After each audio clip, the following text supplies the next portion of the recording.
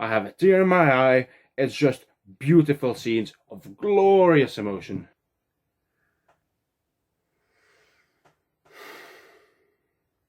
If this team was as focused on winning as it is with the dress code, they would have walked this game.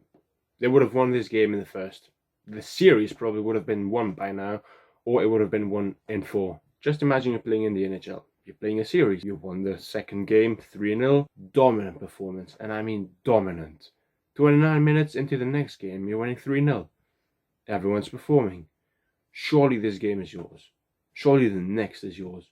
22 minutes later, you look as solid as melted ice cream, and it's 3-0. Why, guess what? You're playing for the Leafs. You're playing for the Leafs. And don't put this on Jake Muzzin's injury. Yes, Jake Muzzin was missed, but he's not the end-all be-all of the Maple Leafs. These players are just conditioned to do these things. They're conditioned to bottle it. They're conditioned to lose. They are. It's a core of players who are not accustomed to winning. They're not. How many of them have won a Stanley Cup? How many of them? They're not. How many of them have won a Stanley Cup or even gone really far in the playoffs? None of them really.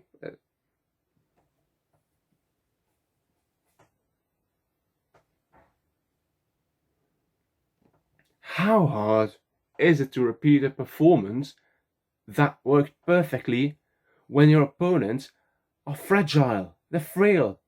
How hard is it? You had them cornered. You had them doubting themselves. They were fragile. How weak is your willpower? How fragile must you be to bottle it in this spectacular way? I don't know how to do it. I genuinely don't. And it's the same thing I said in the Pens video. Forget Lafreniere, he's not coming. Yeah, you have a 12.5% chance, but so does every other team that gets out. Your 12.5% chance is the same as every other loser. This team, for all the firepower they have up front, they just can't defend to save their lives. They can't. Freddie Allenson didn't have a terrible game. He didn't have a really spectacular one, though he did save us quite a lot of times, actually. But he's inconsistent. He's not a starting Stanley Cup winning goalie. He's not. He's never going to be that. He can win the Stanley Cup as a backup, perhaps playing 30, 35 games over a season. He's not a starting Stanley Cup winning goalie. And I love him, I really do. But he's just not. This defense is so bad, it's as if they're being controlled by a toddler on gel. Cody Ceci. Cody Ceci is your third most important defenseman. You've got Morgan Riley, Jake Muzzin, and then who is it? Cody Ceci? Or Justin Hall? He's just as bad. Travis Dermott's got potential, but you're not going to go anywhere with potential. You need people for him to learn from. What needs to happen, some of these big earners have got to go, and it's sad to say it's either Matthews, Marner, or Tavares. Nylander, for the cap space he takes, there's not many better players out there. Tavares, 15 million. Marner, overpaid. Matthews deserves what he's getting. He's not going to be traded. It's definitely going to be either Marner or Tavares. But still, these forward lines, paired with these defensive lines, are never going to win anything. And it's not just on the defensive lines. Yeah, the forward lines, okay, got 3 goals, but Columbus comes back, they get 1, they get 2, they get 3, and then they win it in overtime. And you basically had 40 minutes, 45 minutes to get another goal, just 1. I would have guaranteed you the victory. Anyway, let's get into the game. Again, Jake Muzzin's absence was felt. You had Martin Marincin there as his replacement. That's just good for a few heart attacks on the night. Really early on, it became very clear Columbus was not here to mess about, and the Leafs would not be able to perform like they did in Game 2. So within the first 15 minutes, the Leafs had already missed 12 shots. That's a horrendous stat. However, it shows a little bit of promise. It shows the Leafs trying, but 12 missed shots, that needs to be improved. They just can't get anywhere with missing 12 in the first 15. But how could you forget about Cody Ceci? Cody Ceci gets caught out of position. How many times have we seen that before? Boone gets the puck. Boone shoots the puck hits the pipes, the goal hold resonates. It looks like it's a goal. It's not, but that's the stuff my nightmares are made out of. But then it would seem Sheldon Keefe sorted our penalty problem out. First penalty of the game. The puck gets to Cody Ceci. Cody Ceci shoots the puck. And on the first penalty of the game, Cody Ceci scores a goal.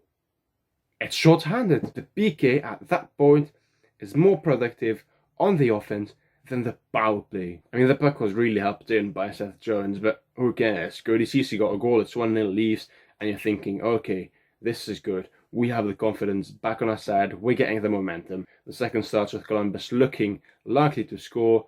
They go out firing, except Gustav Nyquist stops that. He stops the momentum for Columbus. He takes a penalty, but nothing comes of it, obviously, because it's a power play. No. 10 seconds in, William Nylander, he gets the puck. He just coolly puts it in the net. It's 2-0 for the Leafs on the night. And surely this game is wrapped. Send it, Christmas present. This is a wrap. Toronto is playing with confidence. Toronto is flying high. And exactly 100 seconds later, Nick Robertson, 18-year-old Nick Robertson, he gets a third for the Leafs. It's 3-0 on the night, 29 minutes played. It's all coming together perfectly for the Leafs. Jaden Spezza looks like a proud dad, handing the puck over on the Leafs bench. I have a tear in my eye. It's just beautiful scenes of glorious emotion. Fun stat, Nick Robertson is the first 18-year-old to score for the Leafs in the playoffs since Ted Kennedy in 1944. Bet most of you have never heard that name before. Korpisalo gets pulled, Elvis takes his place. That's a great thing. He's got huge amounts of pressure to not concede at any point in this game. And then Tyson Barrie does something dumb, and it's all downhill from there.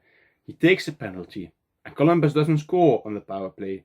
The PK was actually really good, but they score right after Pierre-Luc Dubois, of all people, gets a goal. But it's 3-1. It's 3-1. Obviously, we're going to score at least one. Obviously, we're not going to concede two and then lose it in overtime. The rest of the period just happened. It just happened. The third starts with the Leafs power play, but they were so sloppy. They were so sloppy on the power play. They were so sloppy on the 5-on-5. And it just looked like this game they were going to bottle it. And wouldn't you know it, Seth Jones, he takes the puck, he rectifies his mistake. It's 3-2. The Leafs are crumbling right in front of our eyes. Columbus picks up the pace. Columbus plays with a purpose. They play hard. And wouldn't you guess it? It's 3-0. 22 minutes after the Leafs were leading 3-0. It's 3-0. And they nearly get a fourth. On several occasions. And 3 minutes into overtime, Columbus already had 5 shots. 5 in the first 3 of overtime. The Leafs had a decent spell of offense, 7, 8, maybe 9 minutes. Austin Matthews is nearly on the breakaway, but doesn't even get a shot off. Freddie Anderson is required a few times. Cody Ceci nearly gifts Columbus a goal. And then Pierre-Luc Dubois, he gets the puck on the breakaway. He's not like Kasperi Kapanen. He shoots, he scores. Hat-trick goal, 4-3 for Columbus, 2-1 in the series for Columbus. This is over. So I could do a video on what's wrong with the Leafs, but everyone knows it. Their defense is terrible. And they have a losing mentality. Their defense is terrible, they have a losing mentality, they bottle it. That's it. I'm tired of repeating myself on and off camera.